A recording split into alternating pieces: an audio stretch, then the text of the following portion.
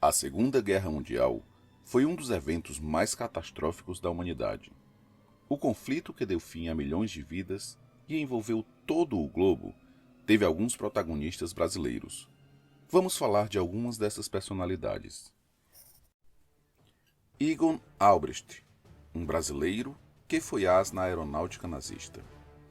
O direito na época da Alemanha nazista adotava o conceito de jus sanguinis, ou seja, pessoas filhas de alemães, nascidas em outros territórios, eram consideradas alemãs, ao contrário do Brasil, que até hoje adota o jus soli, em que o local de nascimento caracteriza a nacionalidade independente da ancestralidade.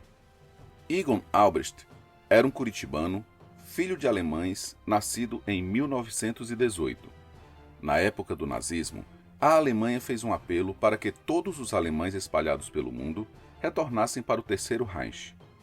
Por mais que se saiba muito pouco da história de Egon antes da Luftwaffe, sabe-se que ele voltou para o Terceiro Reich antes de completar 18 anos.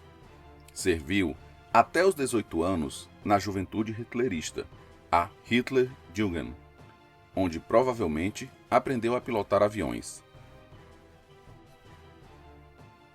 Durante a guerra, Egon serviu na unidade aeronáutica de guerra nazista, a Luftwaffe, e brilhou muito.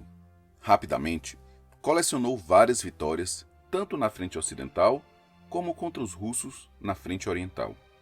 Chegou à patente de oficial como primeiro-tenente, Oberleutnant, e foi o único brasileiro a ganhar uma das maiores condecorações alemãs, a Cruz de Cavaleiro da Cruz de Ferro. O legado de Egon era extenso, servindo às forças armadas nazistas, 15 naves destruídas em combates aéreos, 11 naves destruídas em solo, 162 veículos motorizados, 254 outros veículos, 3 trens, 8 bunkers, 12 armas antitanques e vários soldados da infantaria abatidos em solo. Em 25 de agosto de 1944, o Oberleutnant Albrecht decolou pela última vez. No meio da missão, foi obrigado a retornar à base por causa de problemas em seu avião. Ele nunca chegaria à base aérea alemã. Caças americanos interceptaram a nave nazista e a alvejaram duramente. Egon chegou a saltar de paraquedas, mas não chegou ao solo com vida. Morreu em território francês, vítima de antigos ferimentos de combate ou alvejado pelas naves americanas. Arlindo Lúcio, Geraldo Baeta e Geraldo Rodrigues contra uma tropa alemã. A Força Expedicionária Brasileira atuou principalmente nas batalhas na Itália contra a Alemanha que havia ocupado o país.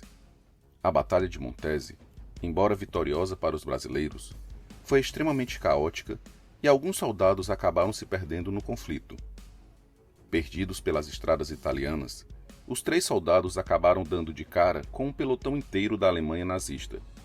A reação natural seria a fuga ou a rendição, mas os 3 brasileiros decidiram lutar contra o pelotão sozinhos. Acreditando estarem enfrentando o pelotão inteiro, a tropa alemã tomou posição defensiva na intensa troca de tiros que houve entre os 2 lados. Mesmo com o fim da munição, não houve fim à valentia. Eles partiram com as baionetas e, naturalmente, foram mortos. A surpresa dos alemães de perceberem que enfrentavam apenas 3 soldados foi tamanha que eles fizeram um enterro para os 3 na estrada e colocaram Drei brasilianischen Helden na lápide, cuja tradução é 3 heróis brasileiros. Existem pesquisas sobre esse acontecimento. Embora o episódio em si não seja contestado, há dúvidas sobre se Arlindo e os Geraldos são os reais participantes desse conflito. Gerd e Paul Heinz Brunkhorst, os irmãos que lutaram em lados opostos na Segunda Guerra Mundial. Os Brunkhorsts, os pais de Gerd e Paul, são alemães que chegaram em 1910 ao Brasil.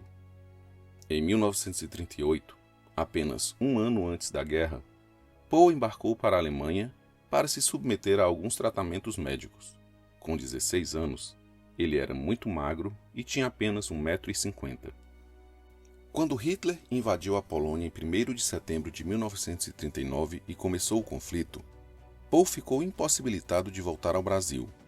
Mas pela lei alemã, Ele era alemão e não tinha nada a temer. Acabou hospedado na casa de vários familiares no país. A guerra dificultou a vida do irmão mais velho que ficou no Brasil.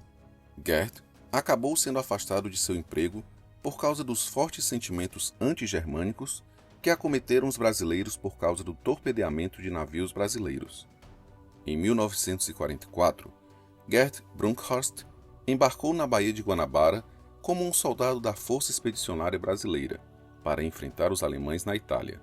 Quis o destino que, do outro lado do oceano, o magricelo Pohl fosse recrutado para compor o exército alemão. Já era o fim da guerra e os alemães não eram mais tão seletivos com relação aos seus soldados. Mas por mais cruel que o destino possa ser, eles não lutaram um contra o outro, nem perto disso. Pohl Heinrich Brunkhorst foi convocado para lutar contra os russos, enquanto Gerd lutava na Itália. Um ferimento sério na perna tirou Gerd de ação, e ele serviu como intérprete até muito próximo do fim do conflito, quando voltou ao Brasil com outro grupo de feridos. Pohl morreu em combate. Não se tem certeza quando aconteceu e o corpo nunca foi encontrado. Ele apenas sumiu nos muitos mares de cadáveres que existiram nesse conflito. A bandeira não está errada, mas não era a bandeira adotada pelo Império Alemão à época da Primeira Guerra Mundial. Esta bandeira só foi adotada em 1919, após o final da Primeira Guerra Mundial. Obrigado por nos assistir e não deixe de seguir o nosso canal. Para dar aquela força, deixe o seu like, aperte o sininho e ative as notificações. Confira os vídeos anteriores. Nós nos vemos na próxima.